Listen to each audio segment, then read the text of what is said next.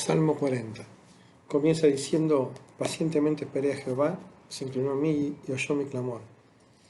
Dios necesita que el que confía en Él espere pacientemente, o sea, que no quiera determinar los tiempos de Dios, que no les importe las urgencias en las que está viviendo, sino que descanse en la soberanía de Dios. Y cuando eso suceda, Dios va a responder inclinándose, o sea, recorriendo el camino que el hombre no puede alcanzar y prestando atención a la necesidad del corazón. ¿Y qué va a hacer? Obviamente lo primero que va a hacer es sacarlo del pozo de la desesperación, del lodo cenagoso, de esa situación de desesperanza, de esa situación de falta de firmeza, y lo va a llevar primero a un lugar estable y después le va a dar un objetivo en la vida, le va a dar un camino en la vida. Eso naturalmente va a hacer que surja del corazón, no naturalmente, sino que Dios mismo va a poner en el corazón de este hombre, al ver esta grandeza, una nueva alabanza. Y eso, o ese testimonio, va a impactar en los que lo rodean, porque dice: verán esto muchos, temerán y confiarán en Jehová. Versículo 4 dice: bienaventurado el hombre que puso en Jehová su confianza. O sea, no solamente saber que existe, no solamente conocerle, sino que obviamente hay que descansar en Él, hay que confiar en Él, y que no mira, no pone su visión en los soberbios de la tierra, en aquellos que le dicen que no a Dios, que creen que pueden vivir su vida en forma particular, ni aquellos otros que prestan oído a cualquier mentira que Satanás pone en medio de este mundo. Versículo 5 dice, este versículo es hermoso porque fíjense que dice: has aumentado, Dios mío, tus maravillas. Versículo en la frase siguiente dice: tus pensamientos para con nosotros. Y después dice: no es posible contarlos. Y después dice: si yo lo anunciare y hablare, no pueden ser enumerados. En otras palabras, dice que hay cosas que Él no puede enumerar, que hay cosas que no puede contar. Y antes dijo que las maravillas de Dios habían aumentado. O sea que esas maravillas claramente es que Dios piensa en Él, como dice este versículo. Versículo 6 dice: sacrificio y ofrenda no te agradaron, has abierto mis oídos, holocausto y expiación no has demandado. El salmista sabía que Dios no pedía ritos, sino que pedía obediencia después de haberlo rescatado. Pero sabemos que estos versículos claramente se aplican al Señor Jesús, porque en Hebreos capítulo 10 se hace referencia a ellos. Y lo que está diciendo acá es que la justicia de Dios no se satisface porque el hombre haga algo, sino que necesitaba una víctima inocente, pura, que pudiera realmente, de una vez por todas, hacer la redención de los hombres. Ahora, este versículo, cuando lo hace referencia en Hebreos, cambia y dice: me preparaste cuerpo. Y no es tan difícil de entender la relación, porque has abierto mis oídos tenía que ver con la obediencia del esclavo que lo hacía por amor, y en el otro habla de aquel que necesitaba un cuerpo para poder llevar adelante esa obediencia. Y también acá se habla de los 4 tipos de sacrificios: sacrificio, ofrenda, holocausto y expiación. Ahora, versículo 7 dice: entonces dije, aquí vengo, como en el rollo del libro está escrito de mí. Había profecías que hablaban de la venida de Jesús en la antigüedad. Él las conocía, pero él aceptó la voluntad del Padre, porque dice: yo voy a cumplir la voluntad. Versículo 8 dice: el hacer tu voluntad, Dios mío, me ha agradado, y tu ley está en medio de mi corazón. Cuando el corazón está lleno de Dios, la voluntad de Dios y la voluntad del hombre se aunan, porque el hombre se somete y entiende el plan de Dios. Por lo tanto, es natural que se produzca el agrado, que era lo que el Señor hacía, ¿no? El Señor dijo en Juan capítulo 8: porque el que me envió conmigo está, no me ha dejado solo el Padre, porque yo hago siempre lo que le agrada.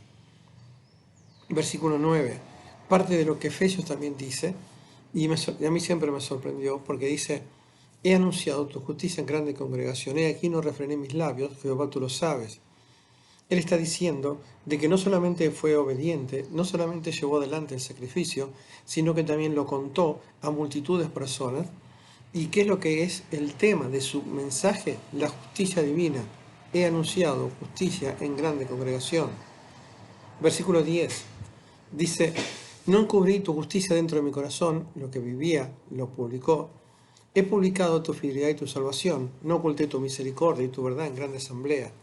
¿Cuáles eran los subtemas de este mensaje? La justicia de Dios, la fidelidad de Dios a sus pactos, el amor de Dios, la misericordia y la verdad de Dios manifestada en la persona de su Hijo. Ahora, después de esta gran victoria que el salmista cuenta, va a referirse a otra situación. Observen lo que dice: Jehová, no retengas de mí tus misericordias, dice, y tu verdad me guarden siempre. Dice, porque me han rodeado males sin número, me han alcanzado mis maldades y no puedo levantar la vista. ¿Saben? La vida del cristiano tiene que entender que estas cosas suceden. Podemos pasar de una situación de alegría y de gozo para pasar a una situación de prueba, pero observen un detalle en este pasaje.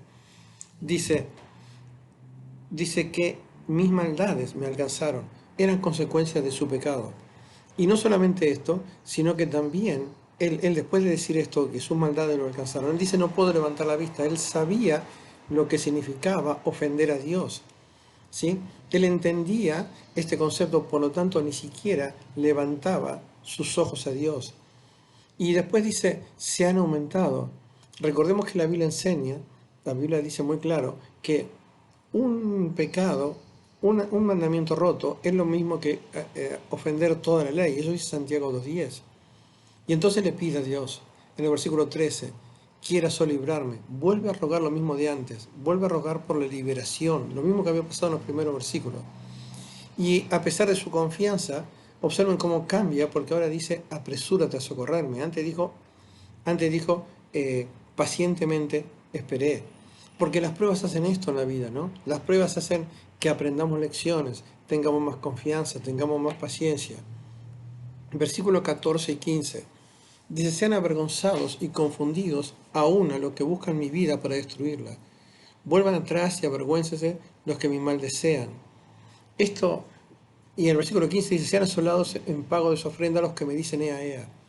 Hay personas que disfrutan de ver caer a un cristiano, pero ver caer a un cristiano es, en la mente de ellos, es que Dios o el Dios de ese cristiano es mentira. Por eso, esto que él pide, ¿no? Él pide que ellos sean destruidos, porque en realidad se transforman en enemigos de Dios. Y al final dicen, gócense y alégrense en ti todos los que te esperan, los que te buscan, y digan siempre los que aman tu salvación. Un detalle que no tenemos que olvidarnos. Hay alegría y gozo en los que le buscan a Dios, en los que no luchan por sí mismos, los que entienden que todo depende de Dios. Observen el versículo. Los que aman tu salvación. Porque esa actitud de reconocer que todo proviene de Dios enaltece a Dios. Al final dice, Jehová sea enaltecido. Y el versículo 17 es la victoria de la fe. ¿Por qué digo que es la victoria? Porque dice, aunque afligido y necesitado, o sea, no importa las circunstancias en las que esté rodeado, Jehová pensará en mí. ¿Se acuerdan? Has aumentado tus maravillas, tus pensamientos sobre mí. Él sabe que Dios siempre va a pensar en sus hijos. Y otra cosa que sabe, lo dice al final, mi ayuda y mi libertador eres tú, que toda la situación de él puede cambiar cuando Dios venga a liberarlo. Y al final dice, no te tardes, es el grito, la urgencia de la carne. Pero recordemos lo que dijo al principio, y esa es la clave.